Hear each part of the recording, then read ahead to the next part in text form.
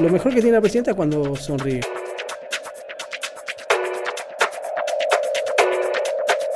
Me parece que en un momento hubo una relación más personal que de entrevistado a entrevistado.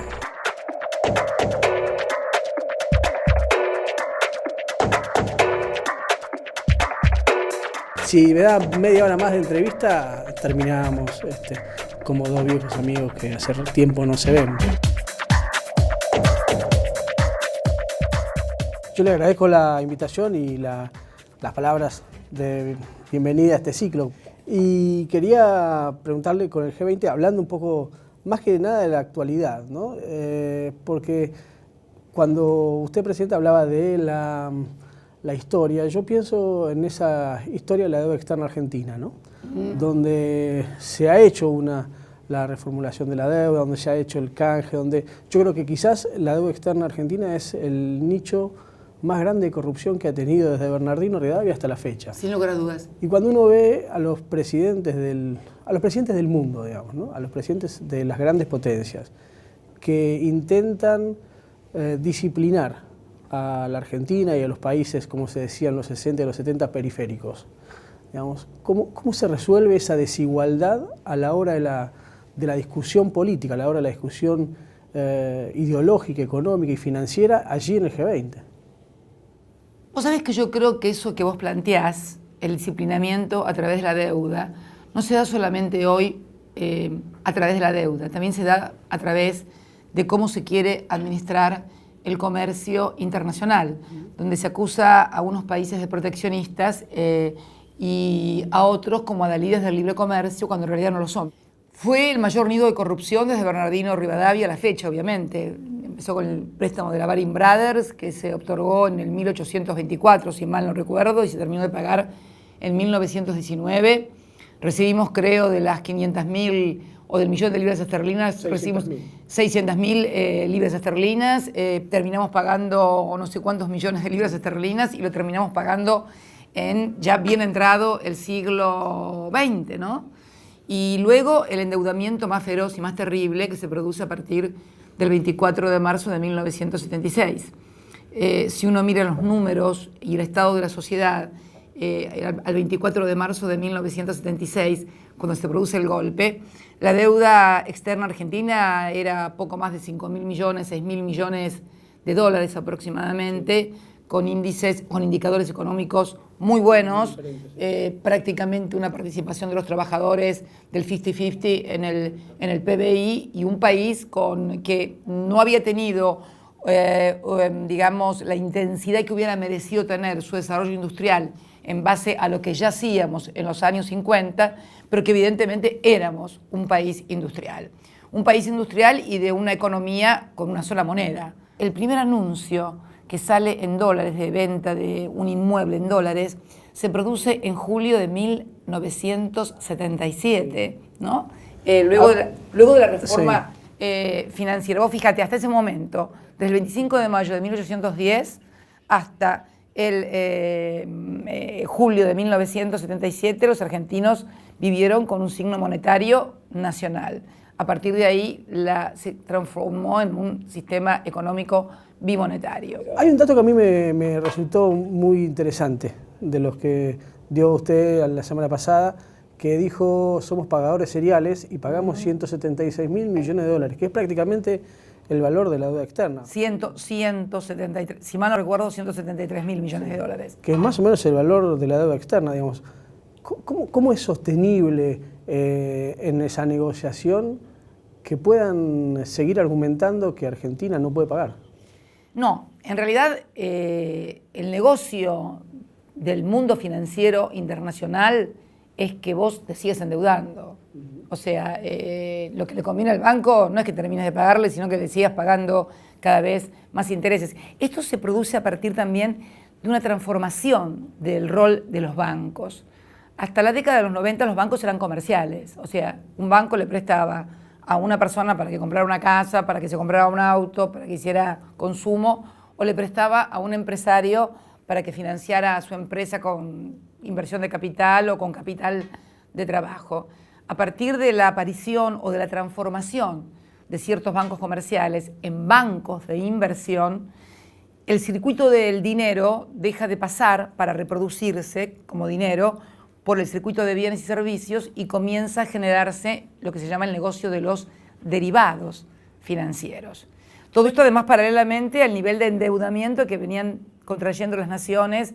Acordate el plan Brady, que fue allá por la década de los 90, si mal no recuerdo. Luego el endeudamiento de los 10 años de convertibilidad para que los argentinos pudiéramos tener la ficción del dólar uno a uno. Fue necesario endeudar al país en miles de millones de dólares. Era la Argentina del DM2, era la Argentina en que cualquiera podía tener un dólar porque era igual a un peso, pero esto se hizo con dos instrumentos: venta de capital fijo, venta de patrimonio nacional, desde YPF, desde telefónicas, desde gas, desde todos los servicios o instrumentos básicos, al endeudamiento liso, llano y directo con la bicicleta financiera permanente del rollover, de refinanciar, y cada vez se debía más, llegando ya al megacanje, con comisiones de más de 150 millones de dólares. Yo digo siempre que para hacer una película es un muy buen cachet, 150 millones de dólares. Sí. Y bueno, y terminó implosionando en el año 2001, cuando a los argentinos que creían tener dólares en los bancos, porque también acordémonos de eso, ¿no? Yo me acuerdo que era legisladora y se había sancionado una ley de intangibilidad de los depósitos. ¿Qué significaba esta ley de intangibilidad de los depósitos? Y no estoy hablando de hace mucho tiempo, estoy hablando del año 2001. Era asegurar que cada argentino iba a cobrar del banco donde tenía su depósito en dólares, iba a recibir dólares. Es más, alguien dijo, el que puso dólares recibirá dólares. Entonces, esto se hizo a través de una ley que se votó y en la cual se creía, o se quería hacer creer a los argentinos, hubo una gran discusión en la Cámara, que una ley bastaba para garantizar que a vos te iban a devolver dólares, como si la economía pudiera manejarse a través de leyes del Parlamento. ¿Vos te imaginás qué fantástico sería una ley que diga, le devuelvo dólares y entonces los dólares aparecen? Bueno, los dólares no aparecieron, obviamente pasó lo que pasó, implosionó el país y los dólares se los devolvimos, pero si no se los devolvieron, yo voté la ley de intangibilidad de los depósitos.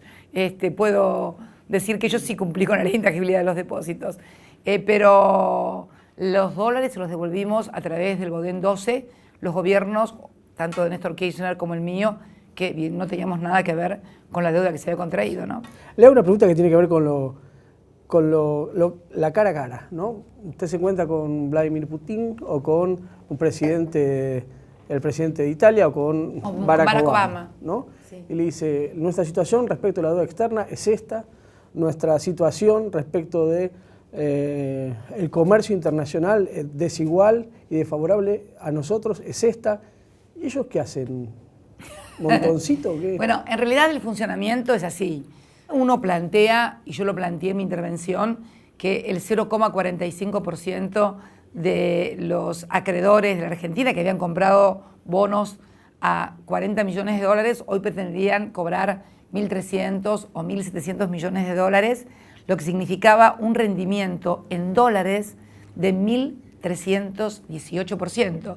Y eso lo hice con motivo porque uno de los presidentes había planteado en su intervención, no recuerdo cuál de ellos, había planteado que era necesario que se hiciera mucha inversión en infraestructura, convencer a los inversores y a los empresarios que hicieran inversiones productivas en infraestructura. Y bueno, mi intervención tuvo que ver como una respuesta a ese presidente que digo yo, ¿y quién va a invertir en infraestructura o en cosas productivas si con 40 millones de dólares de bonos comprados en el año 2008 de un país defaulteado puede obtener un beneficio en dólares de más de 1.300%? Va a ser muy difícil convencer. Y no se trata de que el empresario sea malo o bueno. Se trata de que si yo tengo plata y alguien me da un beneficio del 1.300% en dólares y otro, no hay tasa, ni hay inversión productiva, ni de infraestructura en el mundo que tenga una devolución de tasa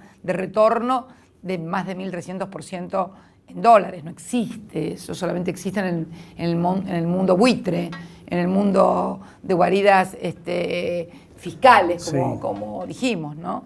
En realidad yo creo que hay un mundo muy complejo, un mundo muy difícil, que requiere todavía de mayor heterodoxia y que no tiene soluciones fáciles ni fórmulas fáciles para resolver los problemas. Pero creo que esta Argentina, que está creciendo al 5,1% en lo que va del año, de enero a la fecha, en un mundo que se está cayendo prácticamente a pedazos, que hemos logrado seguir mejorando el poder adquisitivo de los trabajadores, cualquiera sea el índice con que quieras medirlo. Lo cierto es que el nivel de consumo que se ve en récord de autos usados, récord de venta de autos nuevos, argentinos que van al exterior, son más de 7 millones de argentinos que viajan al exterior contra los 3 millones que viajaban cuando Néstor Kirchner vino a ser presidente un 25 de mayo del año 2003. Yo creo que hay gente que, bueno, que o no aprendió la historia o cree que la historia puede repetirse indefinidamente y que, como siempre en esa historia, a esos pequeños sectores les fue muy bien y se quedaron con la porción del león, bueno, pueden volver a hacerlo e intentarlo. Y bueno, y la responsabilidad que uno tiene como presidenta es cuidar de los 40 millones de argentinos y entonces, bueno, como no emito dólares y necesito los dólares para pagar la deuda que no contraje. Muchas veces se cree que el poder es el poder político, ¿no? Lo que acabas de señalar es central. Ha sido motivo, pero no de ahora, de que soy presidenta, de cuando era senadora o diputada y se hablaba del poder. Hay una construcción mediática instalada en amplios sectores de la sociedad que el poder es el poder político, o sea, es el gobierno de turno, sea un presidente, sea un gobernador, un intendente, diputado, un senador. Por supuesto, el que tendría más poder en ese marco sería un presidente. Pero en realidad el poder político es el poder que menos poder tiene. En términos, primero porque necesita una validación permanente y una legitimidad constante cada 2 años que va a elecciones.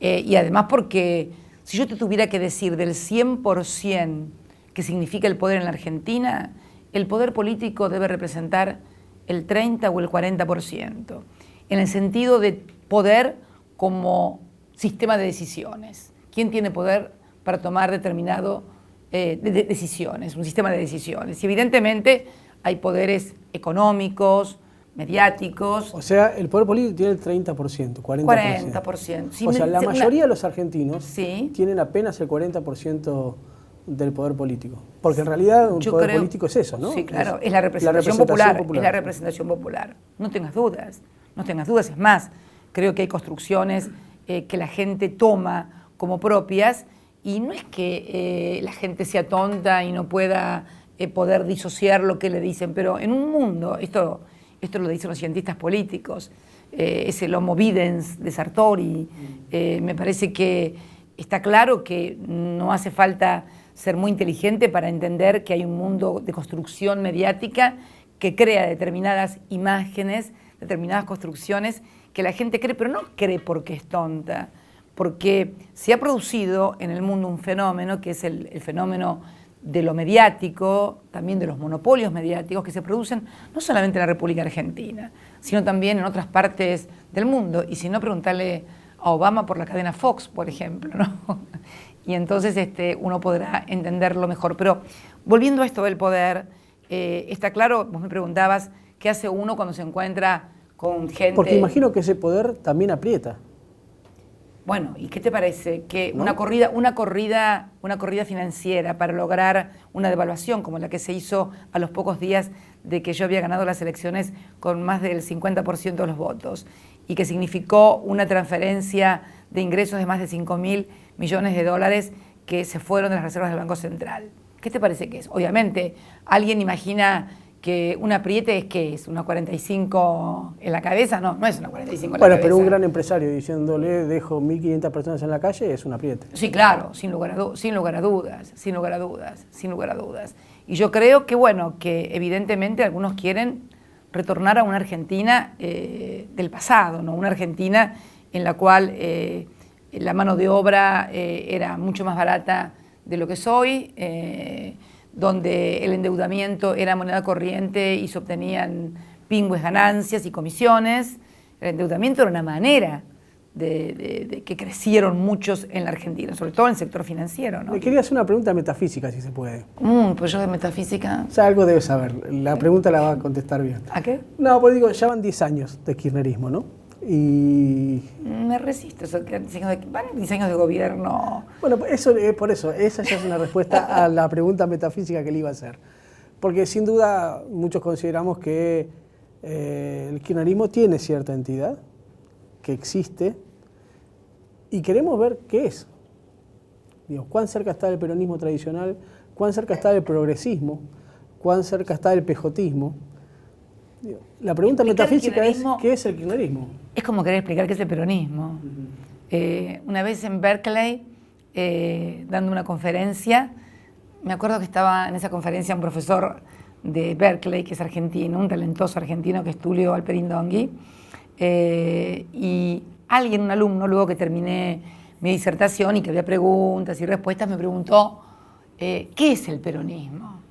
Y yo dije, no, para explicar qué es el peronismo con una conferencia en Berkeley no alcanza. Yo necesito que me contraten para un seminario de por lo menos 3 meses y no sé si a los 3 meses puedo llegar a explicar qué es el peronismo. Y con lo que vos denominás, que quede claro, vos denominás como kirchnerismo, es algo también bastante difícil de explicar, ¿no? Es un fenómeno que tiene que ver con la aparición de una generación en una Argentina totalmente dada vuelta, que abreva en el peronismo, porque tanto Néstor como yo hemos sido toda la vida y seguiré siendo militante peronista. Vos fíjate que no te digo justicialista, te digo peronista.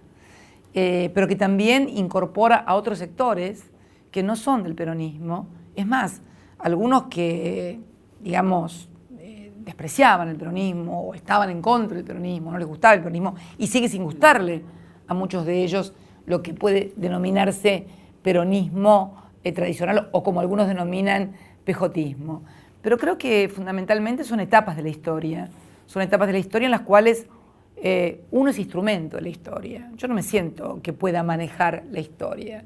Siento que la historia me maneja a mí, de acuerdo a mis convicciones y de acuerdo a lo que yo siento que son mis responsabilidades. Y creo que Néstor también sintió lo mismo. Él siempre lo dijo, que era como un instrumento de la historia. Y la historia misma va produciendo esos instrumentos, se va produciendo a sí misma, creo, en cada etapa histórica para cumplir un determinado rol histórico. Me parece interesante porque el otro día estaba en una reunión y un chico de 20 años me dijo, yo no tengo nada que ver con el peronismo, yo soy hijo del kirchnerismo. Y me llamó la atención la frase, porque digo, yo tengo 42 años, nací en el 71. ¡Qué horror! ¿Naciste en el 71? Sí, nací en el 71. Yo en el 71 andaba haciendo cada cosa ya. Sí, igual mis padres estaban locos, no importa, pero y me llevaron a cada lugar, y me llevaron a Ezeiza, me llevaron a Gaspar Campos. No me digas que estuviste en Ezeiza. No llegamos. ¿No llegaste a Ezeiza? Yo sí llegué a Ezeiza. Yo sí, salí corriendo. Estaba justo para colmo del lado del bosque, del lado donde estaba el retrato de Evita, y cuando empezaron los tiros del palco, corrí para el bosque pensando que no pasaba nada y resulta que los tiros también venían del bosque, así que bueno, fue una experiencia muy fuerte, muy heavy, realmente muy heavy. ¿Fue la gran desilusión política de tu generación o no? ¿El qué? Ezeiza. Qué pregunta. Nunca me la hice, pero ahora que me la haces, creo que fue una frustración no solamente de mi generación, creo que fue una frustración de todos los argentinos. Yo creo que, si bien los jóvenes tuvieron un protagonismo muy fuerte en el retorno de Perón a la patria, creo que fue una frustración para todos los argentinos. Y más que una frustración, una gran oportunidad perdida. El pacto social de Helbar y Perón, si uno lo lee hoy, es casi revolucionario, ¿no? Y en ese momento fue muy criticado, inclusive de sectores de la juventud, ¿no? Así que, y por supuesto bombardeado por los sectores que no tenían ningún interés en que se desarrollara un empresariado nacional, que fuéramos productores de insumos difundidos, porque inclusive las dictaduras que vinieron después de Perón no se desprendieron de instrumentos básicos y fundamentales del país. No te olvides que fue durante la dictadura de Lanusse donde se crea Alvar, por ejemplo, ¿no?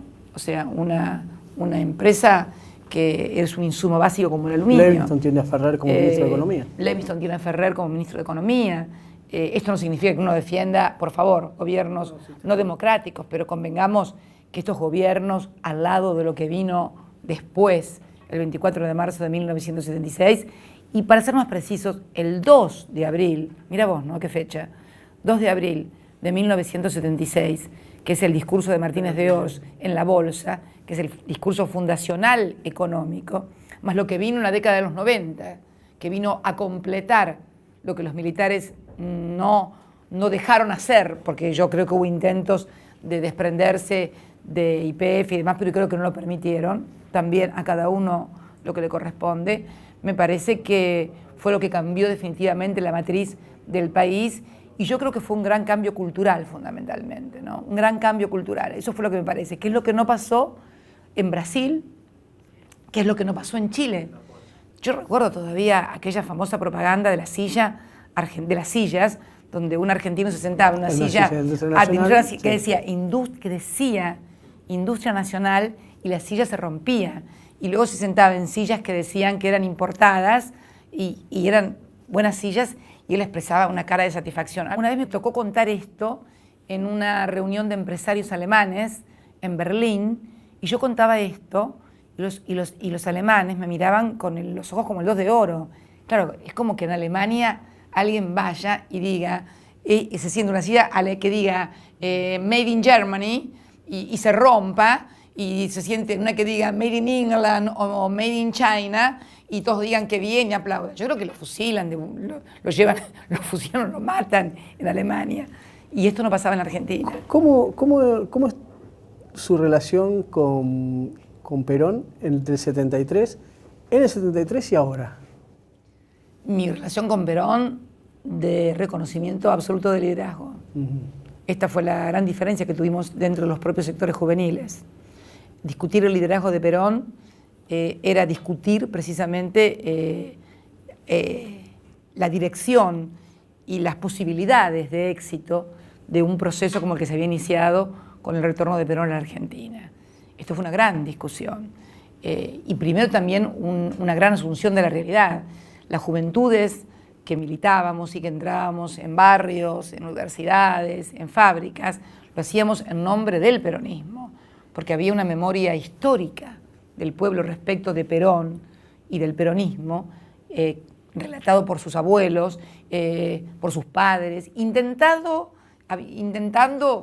todos, desde todos lados, demonizando a Perón, prohibiendo que se dijera Perón, diciendo que Perón había sido esto, desde las chicas de la UES, pasando por las joyas de Eva Perón, por las cuentas en Suiza, cualquier similitud con la actualidad, sí. es pura coincidencia. Pero hubo todo un intento de demonización y estigmatización del peronismo, pero hubo una memoria viviente por parte de esos hombres y mujeres que, por lo menos es lo que me pasó a mí con mi abuelo, que habían sido explotados antes del peronismo, y con el peronismo tuvieron trabajo, tuvieron vacaciones, tuvieron aguinaldo, tuvieron vivienda, tuvieron salud, tuvieron educación. Así que mi relación con Perón siempre fue muy buena y de reconocimiento de liderazgo porque tenía patrimonio histórico y mucha mochila para asumir ese liderazgo. Y bueno, y de repente pasó lo que pasó. Era un tiempo muy complejo. Sí. No era tan fácil, era un mundo muy complejo, era un mundo del 68, del Mayo francés, era el mundo de la Revolución cubana y del Che, era un mundo que podía llevar a muchos a no tener la mirada o la claridad para ver exactamente y poder separar las cosas, ¿no? Yo ayer, el otro día, confesaba que había votado la fórmula Perón-Perón desde el FIP. Desde el FIP, claro. Jorge Abelardo Ramos. Sí, después leí alguno que se ve que estaba medio desconcertado, no tenía idea de la historia, y decía que yo había votado a Ramos. Ramos no era el candidato, era el FIP que había llevado la fórmula Perón-Perón con la boleta del FIP y proponía vote a Perón desde la izquierda. Vos te imaginás, yo tenía exactamente 20 años, porque las elecciones fueron en el 23 de septiembre, si mal no recuerdo, del 73, tenía 20 años, y bueno, y formé parte de ese casi 1.000.000 de votos que votó a Perón desde una idea, pero votamos a Perón porque era el líder, sin lugar a dudas. ¿Qué pasa cuando hoy desde sectores del pejotismo o del peronismo cuestionan su liderazgo? Bueno, no, yo creo que no, todo el mundo tiene derecho a cuestionar todo. No es algo que me preocupe ni que me desvele, en absoluto. Creo que los liderazgos son. Me parece que todo el mundo tiene derecho a estar de acuerdo o no estar de acuerdo, dentro de los marcos democráticos y de respeto que uno siempre ha tenido, ¿no? A mí me ha tocado ser oposición y muy dura dentro de mi propio partido en los años 90. Recuerdo esa frase, yo no soy la recluta Fernández. Yo no soy la recluta Fernández, pero siempre con mucho respeto y con el respeto democrático de que la discusión es política, no de agravio, insulto o descalificación. Siempre sostengo que cuando hay insulto, agravio y descalificación es porque faltan ideas. Yo considero que fundamentalmente su gran arma política es la argumentación, pero creo que tiene que ver con... mi gran arma política no es la argumentación, bueno. Perdón, yo le voy a corregir. Corríjame. Yo voy a corregirlo porque mi gran arma política o la gran arma política de este proyecto no es la argumentación. Pero yo creo que es las cosas que hemos hecho, los hechos, la realidad. O sea, a ver, me parece que Alfonsín era un gran argumentador. Alfonsín era un hombre de discursos fuertes, polémicos. Yo recuerdo, por ejemplo, Alfonsín que cerró... Pero argumentación no es discurso. Lo que quiero decir es lo siguiente. Bueno, también, uno a uno. Tiene que ver con esto. Yo creo que la discusión política generalmente es una discusión confrontativa. Y yo creo que la verdad es difícil de encontrar. Pero creo que encuentra la verdad política aquel que mejor argumenta, y esa argumentación tiene que ver con los hechos. Primero, yo no creo que la política deba ser una cuestión de amigo o enemigo. Me parece que es un término muy blindado. ¿Sabe que a mí me parece pero me parece que es un concepto militar, ¿no? Un concepto blindado. O sea, si no estás de acuerdo conmigo, sos mi enemigo. Que es lo que por allí hacen algunos sectores, ¿no? En realidad, yo no considero a alguien que no esté de acuerdo con lo que pienso o con lo que hago un enemigo. Lo que sí me gustaría que me convenciera de que me argumentara, ahí te concedo, ahí te hago la concesión, que me argumentara cómo hacer lo que dice que se puede hacer, cuando en realidad estamos confrontando con un mundo en donde vemos que el mundo se cae, donde recorremos países con más del 20% de desocupación, donde vemos que cada vez se caen más beneficios sociales, y nosotros estamos en una Argentina que tiene una política de metas de crecimiento y que ha logrado un hándicap en estos 10 años, que hemos cometido errores y tenemos equivocaciones, seguramente, pero me parece que en toda gestión hay que ver cuál es el saldo. Y yo me hago la pregunta, cualquier argentino, hoy, en su situación particular, personal, está mejor o peor, no te digo que en el 2003, porque seguramente cualquiera va a estar mejor que en el 2003, porque el 2003 era 25% de desocupación, eran sueldos, no había convenios colectivos, no había negociación salarial, no había consejo del salario mínimo vital y móvil, no había jubilación, no había nada. Teníamos gente haciendo cola en las embajadas para irse. No te estoy comparando con el 2003 porque sería fácil para mí decir, bueno, sí, cualquiera está mejor que en el 2003. Yo te pregunto a muchos, hoy en la Argentina, y te hago la pregunta a un argentino, ¿estás mejor o peor que hace 5 años atrás o 6 años atrás? No te estoy hablando ya del 2003, te estoy hablando de 5 años atrás. Y yo creo que por lo menos una gran parte de los argentinos, por suerte, puede decir que está mejor. Obviamente, llego acá y quiero más y quiero más. El problema no radica en esto, y es bueno que haya siempre necesidad de seguir subiendo los peldaños de la escalera, porque eso es movilidad social ascendente.